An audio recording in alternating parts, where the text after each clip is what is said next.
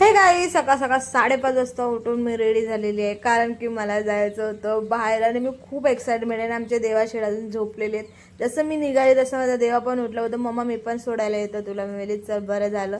देवा आणि द्यायचे पप्पा मला स्टेशनला सोडून रिटर्न घरी येणार होते. मी जाणार होती बाहेर, तर मी निघाली आणि बघा वातावरण तो खूप छान होतं. म्हणजे ऊन पण होतं पण गार वाटत होतं. आणि मला कोण भेटली, मावशी.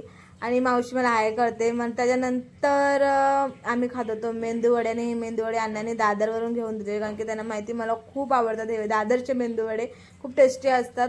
आणि त्याच्यानंतर थोड्या वेळाने माझी मावशी बघा डायरेक्ट डाराडूर झोपून गेली. म्हणजे अगं मावशी तू माझ्यासोबत आली होते, नाही मला जरा वेळ झोपू दे. मी ओके तू झोप. नंतर आम्ही पोचलो माणगावला. आणि मी खूप एक्साइटमेंट होते, कारण की मी गावच्या ट्रेनने 10 वर्षानंतर गेले गावाला. खूप म्हणजे खूप एक्साइटमेंट होते. त्यानंतर आमचे मामा भेटले, माझे मामा म्हणजे.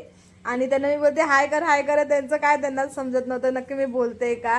तर आम्ही खूप त्यांना हसत होते. त्याच्यानंतर आम्हाला आमची अल्पिता मॅडम व्हिडिओ कॉल करून परेशान करत होते. आणि इथं मामाचा पोरगा पण आलेला माझा. नंतर मला खूप भूक लागली म्हणून आम्ही पावभाजी मागवली. आणि खूप टेस्टी पावभाजी. ती मावशीला बोलली कशी आहे मावशी होती, खूप टेस्टी. मग आमचं काम झाल्यामुळे आम्ही रिटर्न घरी यायला निघालो बसनी. आणि मी बसचा ड्रायव्हर मोस्टली करत नाही, कारण की मला खूप त्रास होतो. पण इस टाईम मला काहीच त्रास नाही झाला. मिळाली वा वा. आणि इथं मावशी वगैरे बसलेली पुढे. खूप मजा आली. खूप म्हणजे खूप नंतर येईपर्यंत मी अशी थकून गेलेली ना, मी खूप म्हणजे खूप वैतागलेली. तर बाय गाईज, व्हिडिओ आवडला असेल नक्की